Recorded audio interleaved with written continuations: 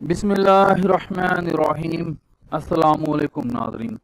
तमाम तरीफ़ें अल्लाह ताला की पाक ज़ात के लिए जो तमाम जहानों की खालिक, मालिक और परवरदिगार है, और लाखों करोड़ों अरबों खरबों दुरूद और सलाम अल्लाह ताला के आखिरी नबी और रसूल हज़रत मोहम्मद मुस्तफ़ा अहमद मुज्तबा सल्लल्लाहु ताला अलैहि वसल्लम पर। नाज़रीन, आज की इस वीडियो में हम लोग लॉ गैट के लिए ज़ाब्ता फौजदारी से लिए गए जो 10 अहम MCQs हैं, वो माँ जवाबात, उनके बारे में जानेंगे। नाज़रीन, ये हिस्सा अव्वल है। मेरी कोशिश है कि मैं आप लोगों को जो प्रोसीजरल लॉज हैं, जैसा कि ज़ाब्ता फौजदारी है और जो ज़ाब्ता दीवानी है, CPC सिविल प्रोसीजर कोड और क्रिमिनल प्रोसीजर कोड, इनके इसी तरह जो है MCQs बना के आप लोगों के साथ जो है इन जो प्रोसीजर लॉज हैं इनको शेयर करूं, ताकि आप लोगों के, मेरे नाजरीन के इल्म में इजाफा हो जाए। जो हमारे भाई नए आने वाले वकले हैं उनके लिए भी जो है ये मुफीद साबित हों वीडियोस। और जो हमारे नए आने वाले जो यंग वकले हैं जिन्होंने अभी ये 30 मई को जो लॉ गैट जो है लॉ ग्रेजुएट असेसमेंट टेस्ट देने हैं, तो इसके बारे में उनके लिए भी मैं वीडियो बना दूं ताकि उनके भी थोड़ा बहुत इनसे इस्तेफादा हो जाए। तो चलते हैं नाज़रीन इनको जानने के लिए अगली स्लाइड। जो हमारे पास नाज़रीन पहला जो MCQ है, the code of criminal procedure 1898 was passed और एनेक्टेड ऑन। हमारे पास तीन ऑप्शंस हैं। 22 फरवरी 1898, सेकंड ऑप्शन हमारे पास है ऑप्शन बी जो है 22 मार्च 1898, और जो थर्ड ऑप्शन हमारे पास है वो है 22 अप्रैल 1898।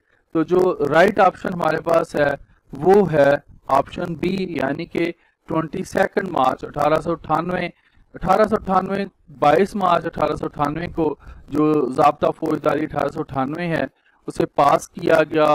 दूसरा जो हमारे पास MCQ है, the code of criminal procedure 1898 contains dash sections, यानी कि ये जो हमारे पास ज़ाब्ता जो फौजदारी है 1898, इसके कितने सेक्शंस हैं। हमारे पास यहाँ पर तीन ऑप्शंस हैं। ऑप्शन ए है 511, ऑप्शन बी है 550, ऑप्शन सी है 565, और जो राइट ऑप्शन है वो है ऑप्शन सी, यानी कि 565। 565 सेक्शंस हैं जो ज़ाब्ता फौजदारी के हैं। तीसरी ऑप्शन हमारे पास है the criminal procedure code 1898 contains dash schedules, यानी कि ज़ाब्ता फौजदारी 1898 के कितने शेड्यूल हैं। तो नाज़रीन, पहली ऑप्शन हमारे पास है 4, दूसरी ऑप्शन है 5, और जो तीसरी ऑप्शन है वो है 6। तो जो राइट ऑप्शन है वो है बी, यानी कि इसके ज़ाब्ता फौजदारी के जो हैं वो 5 स्केड्यूल हैं। फर्स्ट स्केड्यूल है, इस पर मैंने वीडियोस बनाई हुई हैं। सेकंड स्केड्यूल जो है इस पर भी मैंने वीडियोस बनाई हुई हैं, और मैं फिर कोशिश करूंगा कि जो हमारा मजमुआ ताज़ीरात पाकिस्तान है उसके और ज़ाब्ता फौजदारी के शेड्यूल के हवाले से आप लोगों के साथ मज़ीद वीडियोस बनाकर शेयर करूं। तो सिलसिला हमारा इसी तरह चलेगा इंशाल्लाह, जिंदा रहे तो फिर ये सिलसिला चलता रहता है। तो चलते हैं अपनी चौथी ऑप्शन। हमारे पास चौथी ऑप्शन जो है, यानी कि चौथा जो MCQ है, the criminal procedure code 1898 is a dash law. ये कौन सा कानून है ज़ाब्ता फौजदारी, कैसा कानून है, कैसा लॉ है? ये नेचुरल लॉ है, क्या ये प्रोसीजरल लॉ है, या ये स्पेशल लॉ है? तो राइट ऑप्शन है बी, यानी कि ये ज़ाब्ता फौजदारी जो है प्रोसीजरल लॉ है, एक ज़ाब्ता है। अब हमारे पास पांचवा जो MCQ है वो है the object of criminal procedure code is, यानी कि इसका मकसद क्या है, ये कानून क्यों बनाया गया, जो ज़ाब्ता फौजदारी है ये क्यों बनाया गया। तो हमारे पास इसकी पहली ऑप्शन है to facilitate administration of justice है। ऑप्शन बी हमारे पास है टू फैसिलिटेट ऑफेंडर है। ऑप्शन सी जो हमारे पास है टू फैसिलिटेट दी प्रोसिक्यूशन।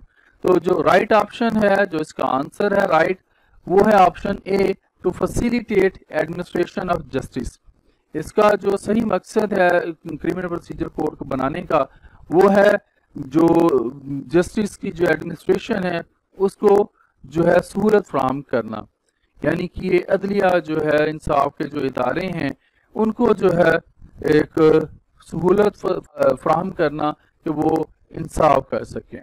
छठे नंबर पर जो हमारे पास MCQ है वो है कि the code of criminal procedure was enforced on the first day of, option A July 1898, option B August 1898, option C September 1898। तो राइट ऑप्शन है जुलाई 1898। ये जो ज़ाब्ता फौजदारी है इसको नाफज किया गया था 1 तारीख को जुलाई 1898 को, 1898, 1 जुलाई 1898 को जो था ये जो हमारा ज़ाब्ता फौजदारी है 1898, इसको जो था वो एनफोर्स्ड कर दिया गया था, नाफज कर दिया गया था। The CRPC divides offences in dash kinds. ज़ाब्ता फौजदारी के मुताबिक जुराइम की जो हम लोग कहते हैं कितनी अकसाम है, यानी कि ज़ाब्ता फौजदारी जो है वो जुराइम को कितनी किस्मों में जो है वो तकसीम करता है। तो हमारे पास ऑप्शन ए जो है 2, ऑप्शन बी है 3 किस्मों में करता है, ऑप्शन सी है 4 किस्मों में करता है। तो राइट ऑप्शन है ए, यानी कि 2 अकसाम, 2 काइंड्स। ज़ाब्ता फौजदारी जो है ये जो ऑफेंसेस हैं, जुराइम हैं, उनको 2 अकसाम में तकसीम करता है। पहली किस्म बेलेबल ऑफेंसेस और दूसरी किस्म है नॉन बेलेबल ऑफेंसेस। तो अब चलते हैं अगले MCQ। अब ये an offence in which bail can be granted to the accused as of right is called schedule offence, non bailable offence, bailable offence. तो जो राइट ऑप्शन है वो है बेलेबल ऑफेंस। जो ये इस तरह के जुराइम होते हैं जो संगीन नीयत के नहीं होते, उनमें जो मुलज़म का हक होता है कि उसको जो है वो जमानत जो है वो दी जाए, तो ये उसका राइट होता है। तो वो ऑफेंसेस होते हैं बेलेबल ऑफेंसेस। और 9वें नंबर पर जो हमारे पास ऑप्शन है MCQ है वो है an offence in which bail can not be granted to an accused as of right. Option A non bailable offence, B bailable offence, C none of the above. तो right option जो हमारे पास है वो है नॉन बेलेबल ऑफेंस।